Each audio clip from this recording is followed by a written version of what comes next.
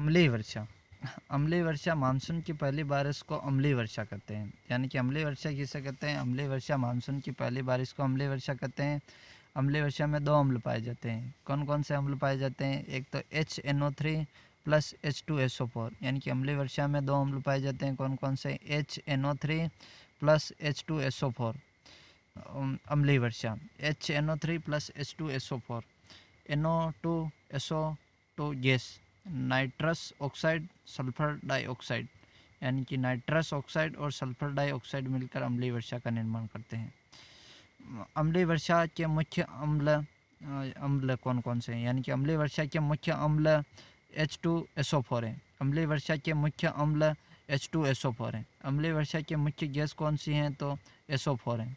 यानी कि अम्लीय वर्षा का मुख्य अम्ल कौन सा है? तो H2SO4। और अम्लीय वर्षा का मुख्य गैस कौन सी है? तो SO4 है।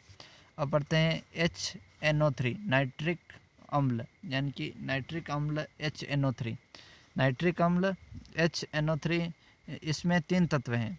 यानी कि नाइट्रिक अम्ल में कितने तत्व हैं? तो नाइट्रिक अम्ल में 3 तत्व हैं। तीनों तत्व कौन कौन से हैं? तो HNO, यानी कि HNO 3 है, जो कि विस्फोटक प्रकृति की होती हैं। यानी कि नाइट्रिक अम्ल कौन सी प्रकृति की होती हैं? तो नाइट्रिक अम्ल विस्फोटक प्रकृति की होती हैं। HNO3 का उपयोग विस्फोटक पदार्थ बनाने में किया जाता है। यानी नाइट्रिक अम्ल का उपयोग किस में किया जाता है? तो नाइट्रिक अम्ल का उपयोग विस्फोटक पदार्थ बनाने में किया जाता है। TNT ट्राई TOLUENE देख लेना, इसका फॉर्मूला भी देख लेना यार। और ये TNT की खोज किसने की? तो जोसेफ विल्ब्रट ने की। TNT की खोज किसने की? 2 मिनट, हाँ अब आ गए। TNT की खोज किसने की? तो TNT की खोज जोसेफ विल्ब्रट ने की। TNT की खोज जोसेफ विल्ब्रट ने की। RDX research department of explosive, यानी कि research department and explosive. Formula C3H6N6O6 देख लेना, इसकी खोज यानी कि RDX research department of and explosive की खोज किसने की? इसकी खोज हेनिंग ने की। यानी कि इसकी खोज हेनिंग ने की। यह अम्लीय वर्षा में होता है। यानी कि RDX किस में होता है? RDX research department and explosive किस में होता है? तो यह अम्लीय वर्षा में होता है। और इसकी खोज हेनिंग ने की। किसने की? हेनिंग ने की। यह एक्वारेजिया में होता है। यानी कि RDX एक्वारेजिया में भी होता है। एक्वारेजिया जो आगे बढ़ गए। लैक्टिक अम्ल, लैक्टिक अम्ल का फार्मूला क्या है? तो लैक्टिक अम्ल का फार्मूला है C3H6O3। यानी कि लैक्टिक अम्ल का फार्मूला C3H6O3। यह अम्ल दही में पाए जाते हैं। यानी कि लैक्टिक अम्ल किस में पाए जाते हैं? तो लैक्टिक अम्ल दही में पाए जाते हैं। लैक्टोज शर्करा दूध में और लैक्टिक एसिड दही में। यानी कि लैक्टोज शर्करा किस में होता है? तो लैक्टोज शर्करा दूध में होता है और लैक्टिक एसिड दही में होता है। और लैक्टोबेसिन जीवाणु पाए जाते हैं। यानी कि इसमें कौन सा जीवाणु पाए जाते हैं दूध में? तो लैक्टोबेसिलस जीवाणु पाए जाते हैं। लैक्टोबेसिलस जीवाणु पाए जाता है। मिल्क में केसिन प्रोटीन पाया जाता है। यानी कि मिल्क में कौन सा प्रोटीन पाया जाता है? तो दूध में कौन सा प्रोटीन पाया जाता है? तो दूध में केसिन प्रोटीन पाया जाता है, जो रासायनिक एंजाइम में पचता है। जो कि रासायनिक एंजाइम में पचता है। रेनिन एंजाइम आमाशय में जठर रस में पाया जाता है। यानी कि रेनिन एंजाइम आमाशय में जठर रस में पाया जाता है। आमाशय में जठर रस में पाया जाता है। अब पढ़ते हैं ऑक्सैलिक अम्ल। ऑक्सैलिक अम्ल का सूत्र है, ऑक्सैलिक अम्ल का सूत्र बताइए। तो ऑक्सैलिक अम्ल का C2H2O4 यह टमाटर में पाया जाता है। यानी कि ऑक्सैलिक अम्ल किस में पाया जाता है? तो टमाटर के बीज में पाया जाता है। पालक और टमाटर में पाए जाते हैं ऑक्सैलिक अम्ल। इससे पथरी होती है। यानी कि ऑक्सैलिक अम्ल से क्या होता है? तो ऑक्सैलिक अम्ल से पथरी होती है कैल्शियम ऑक्सीलेट। यानी कि पथरी को कैल्शियम ऑक्सीलेट कहते हैं। Calcium oxalate. पथरी गुर्दे व वृक्क, पित्ताशय व फेफड़ों में बन सकता है। कई बार यह लीवर में भी होती हैं। ब्लड बैंक में ब्लड को संरक्षित करने के लिए सोडियम ऑक्सैलेट रासायन का उपयोग किया जाता है, जो कि ब्लड को जमने नहीं देता। ब्लड को कौन नहीं जमने देता है? तो सोडियम ऑक्सैलेटिक रासायन का उपयोग होता है। यानी कि ब्लड बैंकों में किसका उपयोग होता है? तो सोडियम ऑक्सैलेट रासायन का उपयोग होता है। सोडियम ऑक्सैलेट रासायन का उपयोग होता है जो ब्लड को जमने नहीं देता। सोडियम ऑक्सैलेट सूत्र है, सोडियम ऑक्सैलेट का सूत्र है Na2। कार्बनिक अम्ल, कार्बनिक अम्ल का सूत्र है H2CO3। उपयोग सॉफ्ट ड्रिंक में, यानी कार्बनिक अम्ल का उपयोग किस में होता है?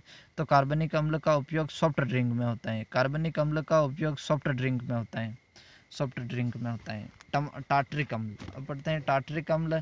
टार्ट्रिक अम्ल का सूत्र है C4H6O6। यानी कि टार्ट्रिक अम्ल का सूत्र बताइए तो टार्ट्रिक में 4 अक्षर, तो पहले C4H6O6। यह इमली में पाया जाता है। यानी टार्ट्रिक अम्ल किस में पाया जाता है? तो टार्ट्रिक अम्ल इमली में पाया जाता है। केक में, केक में NaSCO3, बेकिंग सोडा, खाने का सोडा की कड़वाहट को कम करने के लिए उसमें टार्ट्रिक अम्ल मिलाया जाता है।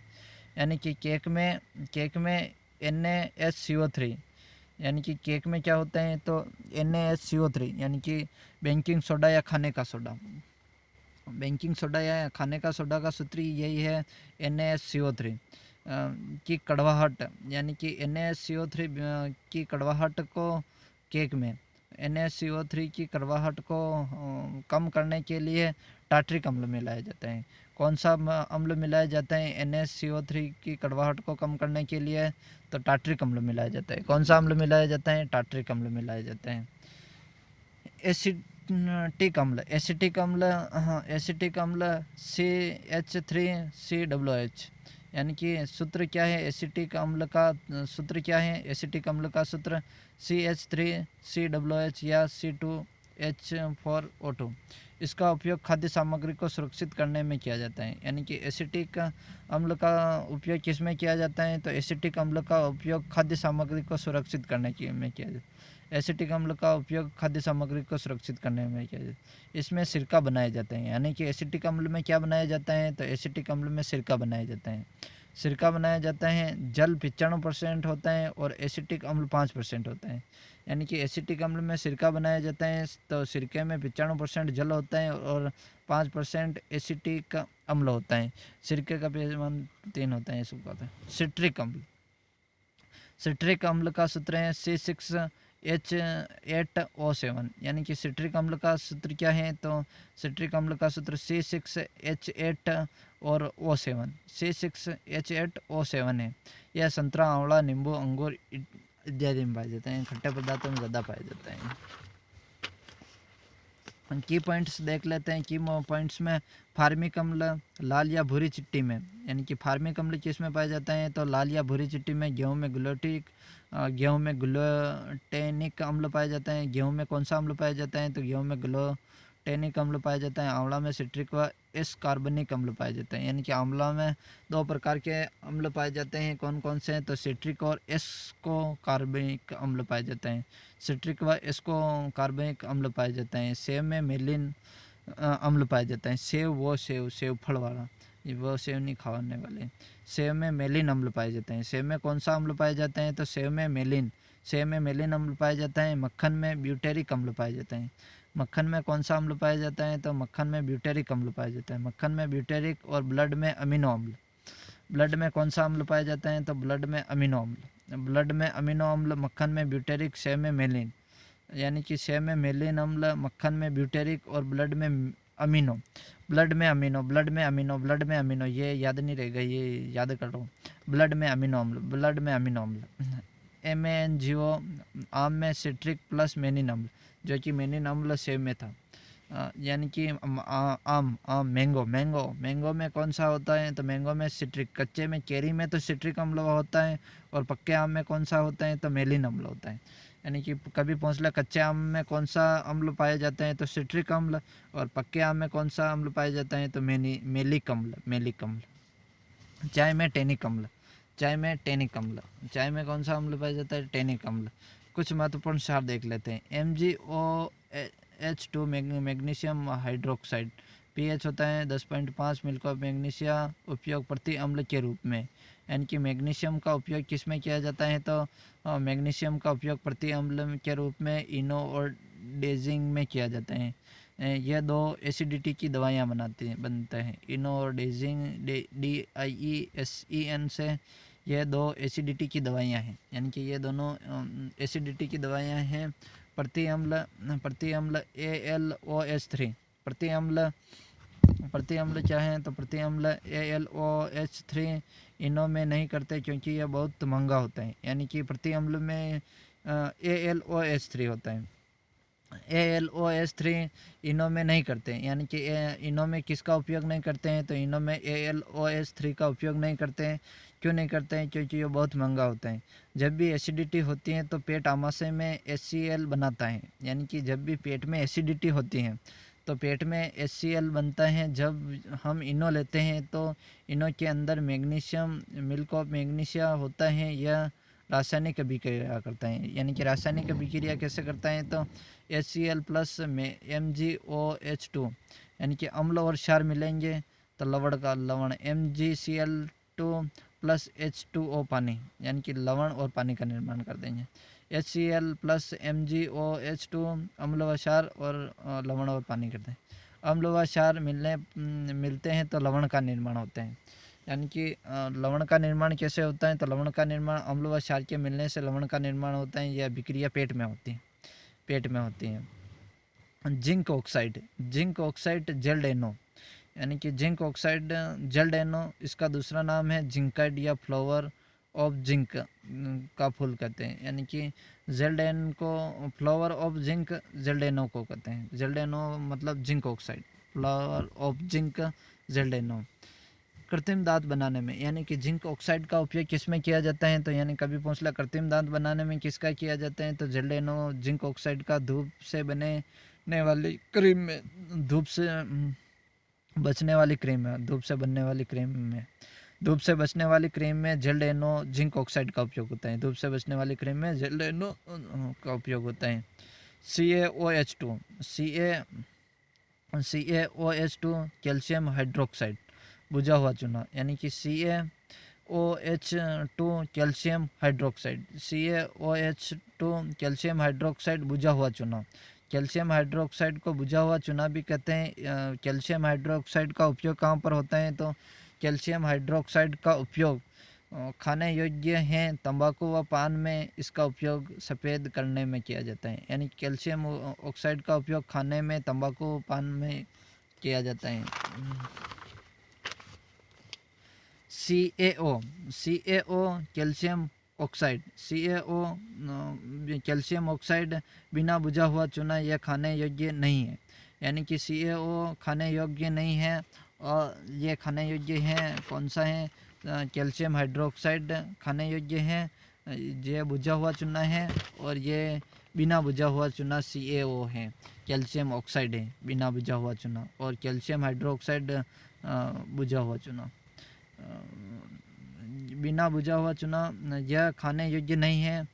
उपयोग बुझा हुआ चूना बनाने में, यानी कि CaO का उपयोग बुझा हुआ चूना बनाने में, सीमेंट बनाने में। सीमेंट कंपोज ऑफ सीमेंट का संगठन देख लेते हैं। सीमेंट के संगठन में क्या क्या होता है, तो कैल्शियम हाइड्रोक्साइड CaO 60 से 70% होती हैं और सिलिका इसकी वजह से चिकनाई आती है। यानी कि सिलिका की वजह से सीमेंट में चिकनाई आती है। कभी पूछ लिया सीमेंट में चिकनाई किसकी वजह से आते हैं, तो सिलिका की वजह से। और Al2O3 सीमेंट इसके कारण जमता है, यानी कि एल्यूमिनियम ऑक्साइड के कारण जमता है। Al2O3 के कारण जमता है और MgO होता है और हेमेटाइट होता है। सीमेंट की खोज जोसेंट एस्पिडिन ने की, यानी कि सीमेंट की खोज किसने की, तो JOSET जोस्ट एस्पेंडिन ने 1828 में की। इन्होंने प्रोटन सीमेंट बनाई थी, यानी कि प्रोटेलैंड सीमेंट बनाई थी। यानी कि जोस्टिप एस्पेंडिन ने कौन सी सीमेंट बनाई, तो प्रोटेलैंड सीमेंट बनाई। पहली बार यह सीमेंट कहाँ पर बनी, तो इंग्लैंड में बनी। पहली बार ये सीमेंट कहाँ पर बनी? तो इंग्लैंड में बनी। 2 minute. NaOH, NaOH sodium hydroxide, NaOH sodium hydroxide, इसे दैनिक भाषा में कास्टिक सोडा कहते हैं। यानी कि NaOH सोडियम हाइड्रोक्साइड को दैनिक भाषा में क्या कहते हैं? सोडियम हाइड्रोक्साइड को दैनिक भाषा में कास्टिक सोडा कहते हैं। NaOH सोडियम हाइड्रोक्साइड को दैनिक भाषा में कास्टिक सोडा कहते हैं। क्या कहते हैं? NaOH को तो कास्टिक सोडा कहते हैं। इसका pH कितना होता है? तो 14 होता है, प्रबलतम क्षार होता है। यानी कि NaOH कास्टिक सोडा का उपयोग देख लेते हैं क्या होता है, तो कठोर साबुन बनाने में, यानी सोडियम हाइड्रोक्साइड या कास्टिक सोडा का उपयोग कठोर साबुन बनाने में, कपड़े धोने में। कठोर साबुन बनेगा तो कपड़ा धोने के काम में आएगा। यानी कठोर साबुन बनाने में, कपड़े धोने वाले साबुन में अभिक्रिया उच्च वसीय प्लस NaOH की अभिक्रिया होती हैं। यानी कि उच्च वसीय प्लस NaOH, यानी कि उच्च वसीय और सोडियम हाइड्रोक्साइड की अभिक्रिया होती है, तो कठोर साबुन या किसका निर्माण होता है? ग्लिसरॉल विस्फोटक प्रकृति है।